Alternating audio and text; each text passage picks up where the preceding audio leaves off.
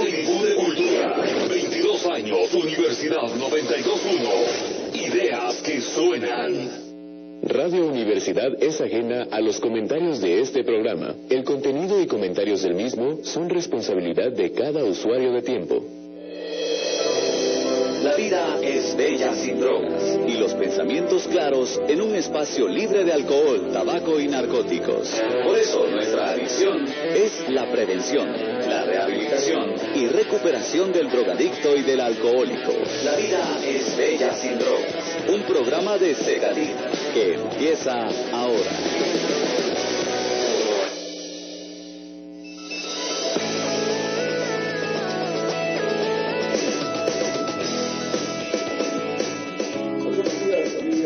Amigos, sean todos y todas bienvenidos.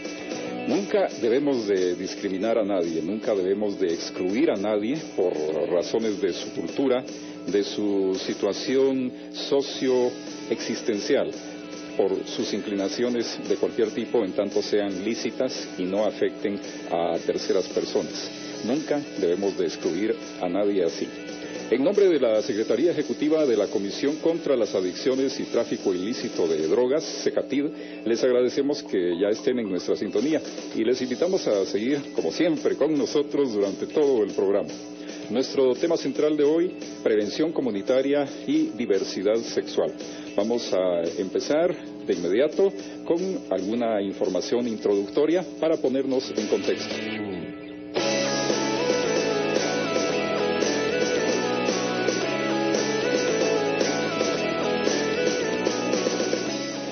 La identidad sexual o de género expresa la forma en que una persona se siente como varón o como mujer.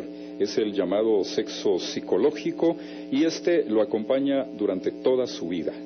Con esta definición aclarada podemos comenzar a hablar y estudiar sobre la diversidad sexual que nos acompaña en este mundo, en estos tiempos.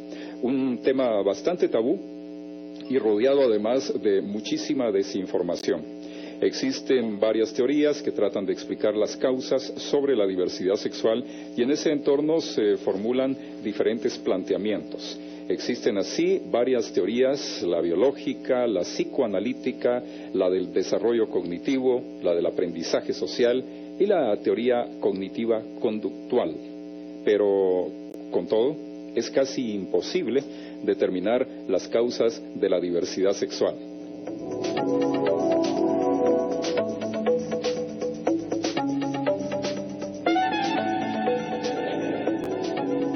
Por otra parte, cualquier persona que consume drogas se convierte en un esclavo, renuncia a su libertad y pierde el control sobre su vida, así como puede ocasionar conflictos familiares e inestabilidad en el ambiente de la comunidad a donde pertenezca.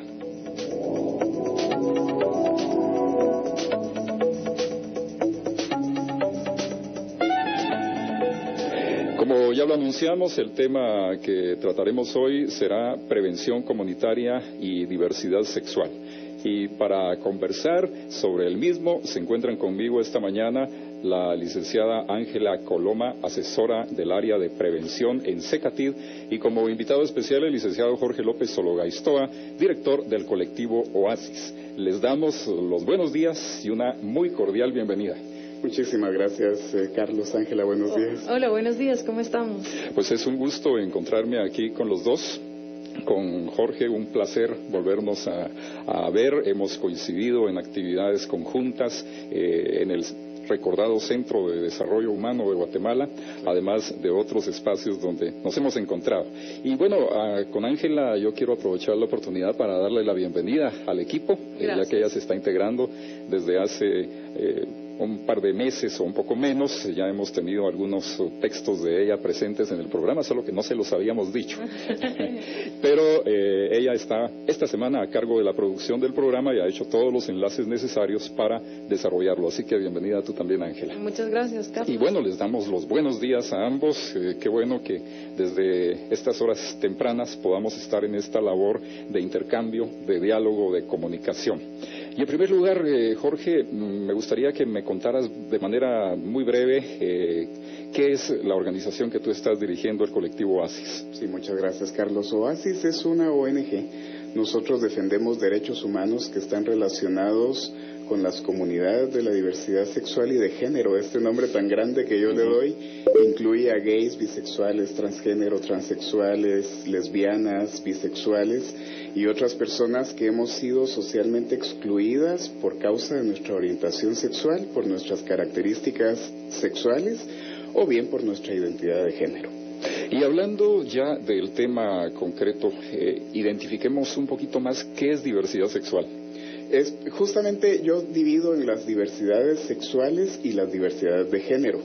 Aquellas diversidades sexuales incluyen las características sexuales, por ejemplo, las personas intersexuales son aquellas que no pueden ser catalogadas como hombres o como mujeres, y las personas transexuales son quienes quisieran pasar por un proceso de reasignación de sexo, o sea que no se sienten cómodas con sus órganos sexuales y necesitan hacer una cirugía que haga coincidir su mente con su cuerpo. Además de esto tenemos la orientación sexual, que son las preferencias que una persona pudiera tener hacia otras personas dependiendo del sexo de esas otras personas. En la orientación sexual reconocemos que hay personas homosexuales, obviamente también heterosexuales, que son la mayoría de la población, o sea, a quienes les gustan personas del sexo diferente al propio, ¿verdad? Un hombre heterosexual le gustarían las mujeres. También tenemos personas bisexuales y, aunque a veces sea un poco difícil de comprenderlo, también hay personas asexuales que son quienes no quieren compartir su intimidad física con otras personas. Esto es lo que engloba la diversidad sexual, pero la identidad de género también debe estar comprendida como aquellas personas que han construido el género, o sea, todo ese estereotipo del sexo de una forma probablemente diferente. Hay género masculino, femenino y transgénero. En muy pocas palabras, diríamos que esas son las comunidades de la diversidad sexual y de género. Aprovechando que fuiste muy sintético, Jorge, me gustaría ampliar a un tema que es relativamente desconocido o que genera cuando menos inquietud. ¿Estas inclinaciones están basadas en lo biológico, en lo hormonal, en lo social, en lo psicosocial? ¿En todo o algunas veces en uno y algunas veces en otro? Esta es justamente la pregunta del millón siempre, porque nunca se comprende si nosotros somos o nos hicieron o nos hicimos, ¿verdad?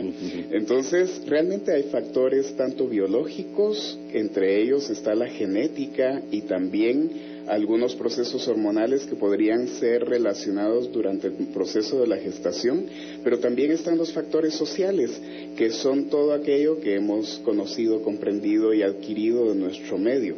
Entonces, la mezcla entre estos factores biológicos y sociales son los que permiten que una persona sea perteneciente a estas comunidades de la diversidad sexual y de género. Entonces, no tengo una pregunta exactamente para decir somos o nos hicimos, pero estamos, ¿verdad? Somos acá, y lo que sucede normalmente en la sociedad es que no se comprende, igual que no se comprende muchas veces a las personas zurdas o a las personas que tienen alguna característica especial, y eso hace que nos excluyan de un trato igualitario al cual tenemos derecho como seres humanos. Claro. Y bueno, hay que tener muy en cuenta que esta población, que no por ser relativamente menor, es menos importante. Sabemos de personas que forman parte de estas comunidades, que hacen aportes fundamentales para la cultura, para el desarrollo, para la integración comunitaria de nuestro país, pero han sido personas que han sido aisladas, invisibilizadas por mucho tiempo.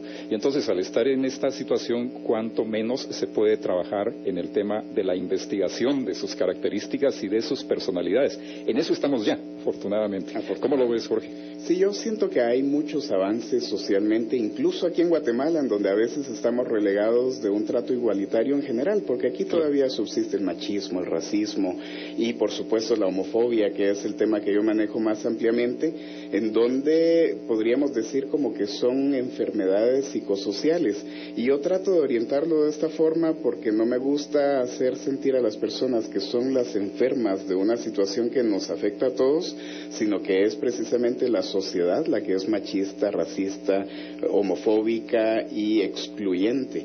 Entonces, yo he visualizado en estos 20 años que tengo de defender derechos de las comunidades de la diversidad sexual y de género, que hemos tenido algunos pequeños avances, lamentablemente quizá no a la velocidad de lo que necesitaríamos para que la dignidad humana sea realmente respetada en este país.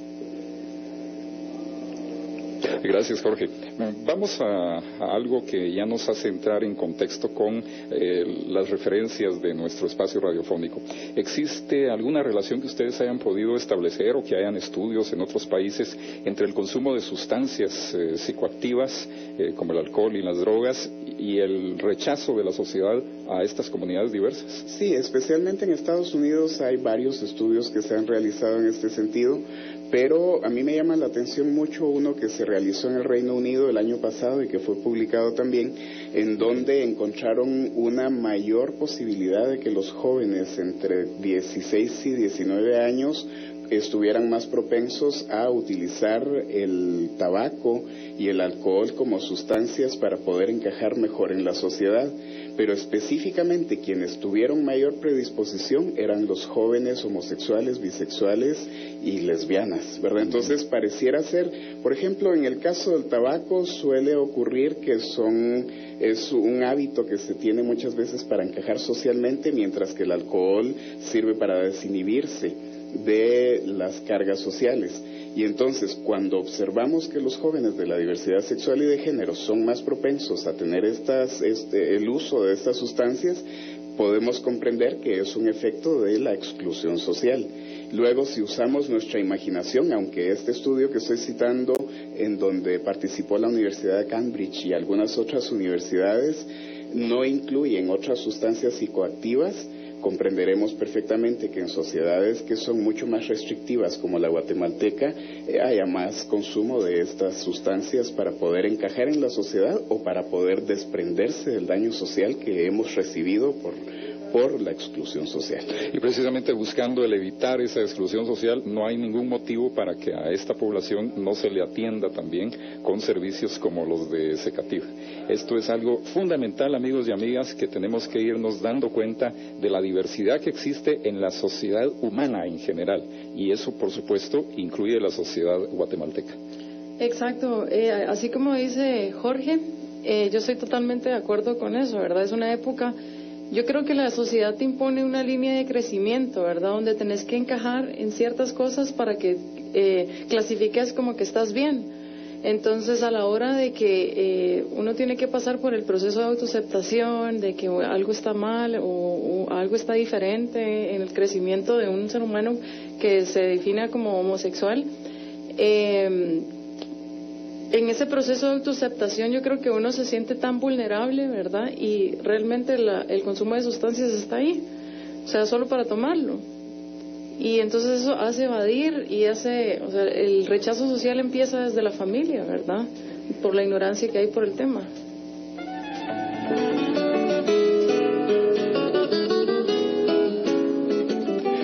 Mitos y realidades acerca del consumo de sustancias psicoactivas.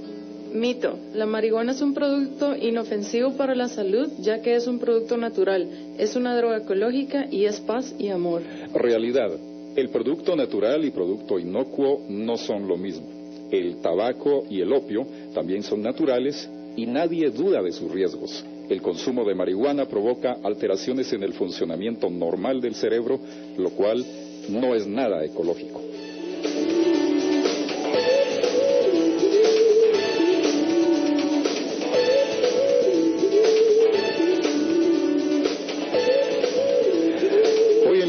Sin Drogas estamos conversando sobre prevención comunitaria y diversidad sexual. Nos acompañan el licenciado Jorge López Ologaistoa, director del colectivo Oasis, y nuestra compañera del área de prevención en Secativ, Ángela Coloma, quien continúa desarrollando nuestra entrevista.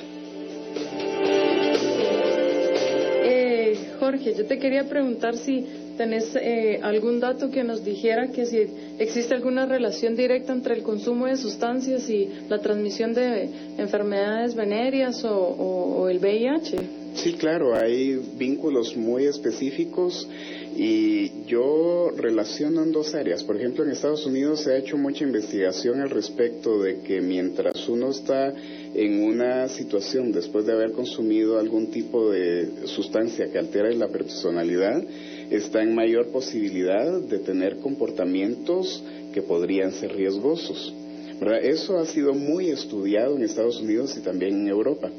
En las Américas, especialmente en Latinoamérica, ocurre otro fenómeno, y es que muchas personas, fíjense que en el último estudio que yo hice de este tema, en el año, hace como unos 8 años más o menos, encontré que un 16% de la población homosexual estaba teniendo que recurrir al trabajo sexual como medio de subsistencia, y otro 18% aproximadamente también tenía sexo transaccional a pesar de que no se identificara como trabajador sexual.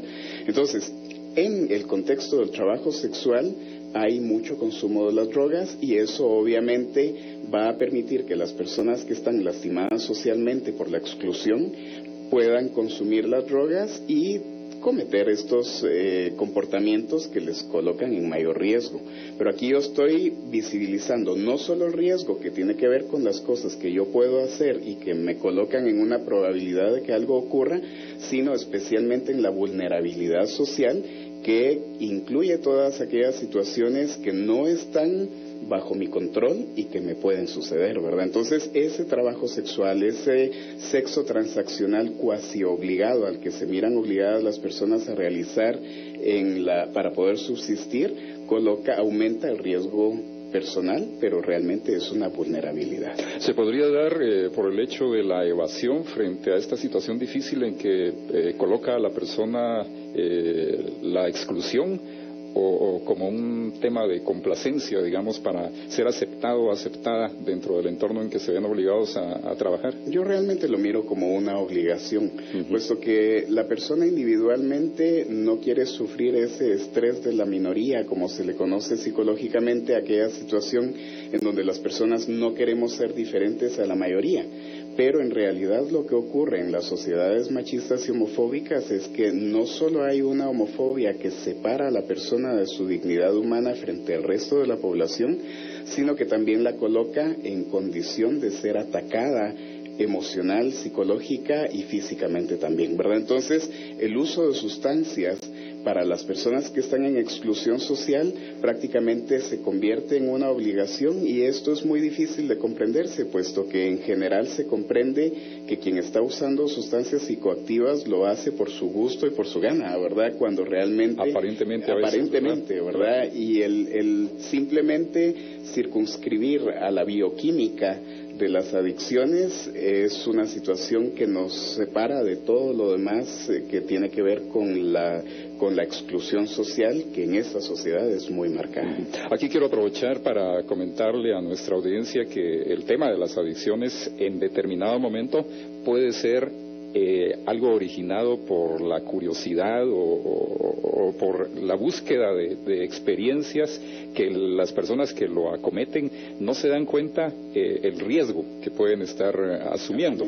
Y luego el tema de la negación, como conversábamos hace una semana precisamente en este espacio, que nos hace pensar que todo está bien, que lo podemos controlar, que nosotros no somos adictos, que no somos alcohólicos o que no dependemos del tabaco, por ejemplo. Entonces se da esa situación.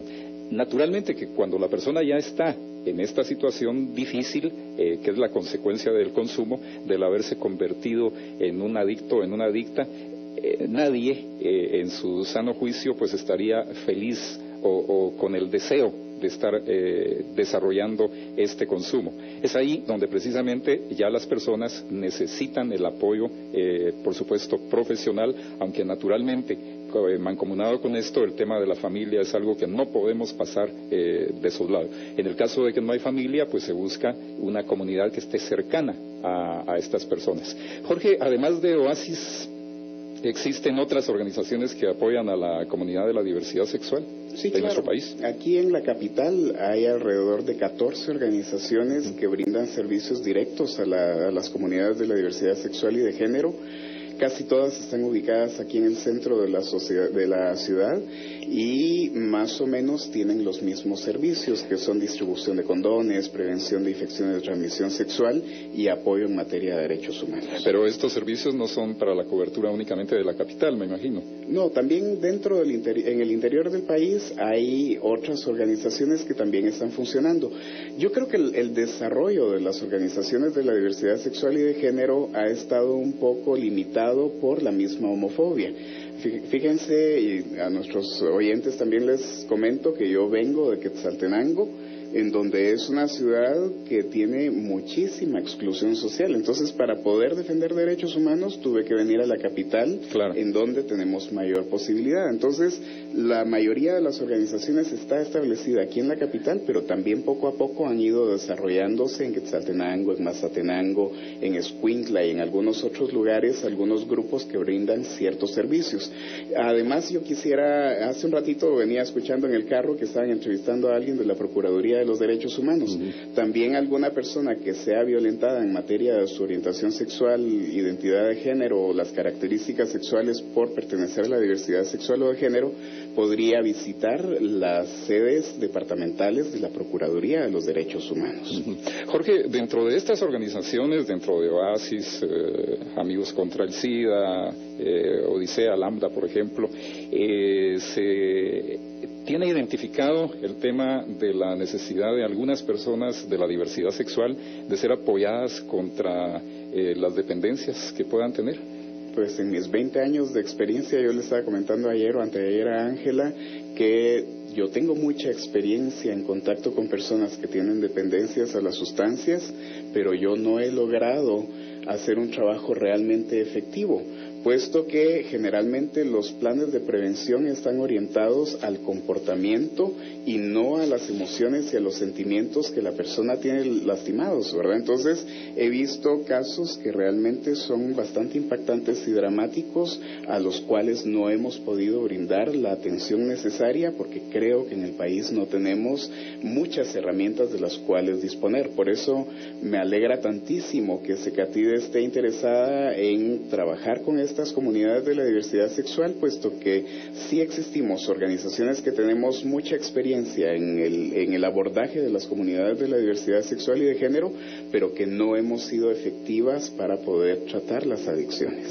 Muy brevemente, Jorge, porque se nos termina el tiempo, como siempre en la radio, pero no quisiera yo dejar esto fuera de nuestra agenda de hoy. Sobre esta mesa está dándose públicamente un acercamiento entre la Secretaría Ejecutiva de la Comisión contra las Adicciones y el Tráfico Ilícito de Drogas, SECATID, y la organización Oasis.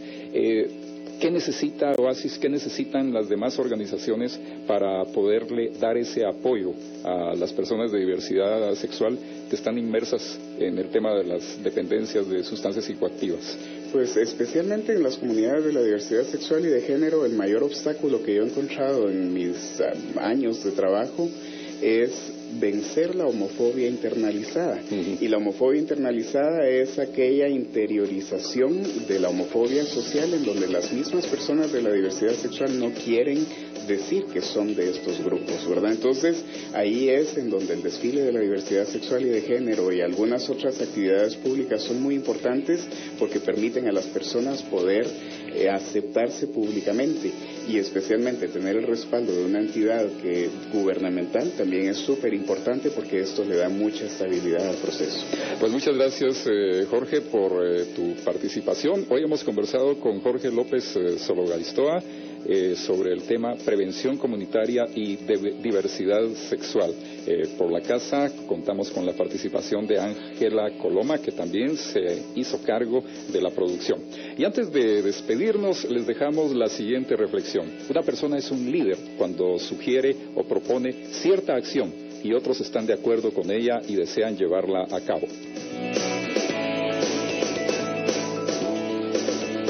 También quisiera informarles sobre los lugares de atención. Secatid se encuentra ubicado en la segunda calle 1-00, zona 10 capitalina.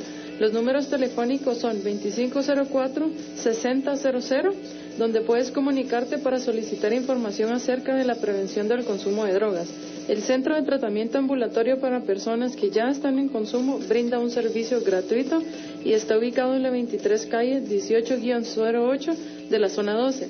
El número telefónico para realizar la cita es el 2476-2256 y el 2476-8010, en el horario de atención de 8 a.m. a 4:30 de la tarde, de lunes a viernes. Y también pueden visitar la página de internet, que es www.secatid.gov.gt. Un micromensaje de nuestro invitado de hoy. Y a Oasis nos encuentran en el Facebook, en facebook.com/Oasis Guatemala. Vamos a seguir en contacto con Oasis desde Secatid y con ustedes, amigos y amigas oyentes. Apoyo especial, área de prevención de Secatid, producción Ángela Coloma Díaz, operación de controles de nuestro amigo Myron Hernández, conducción y apoyo a la producción de su amigo Carlos Sitfeld Valencia, quien les invita para que se reúnan con nosotros de nuevo aquí en la radio en nuestro próximo programa el jueves 27 de febrero. Hasta entonces, con permiso, y sigan con la programación siempre interesante de Radio Universidad. La vida es bella sin drogas. Terminó el programa, pero volveremos la próxima semana. Hasta entonces. Radio Universidad es ajena a los comentarios del programa anterior. El contenido y comentarios del mismo son responsabilidad de cada usuario de tiempo.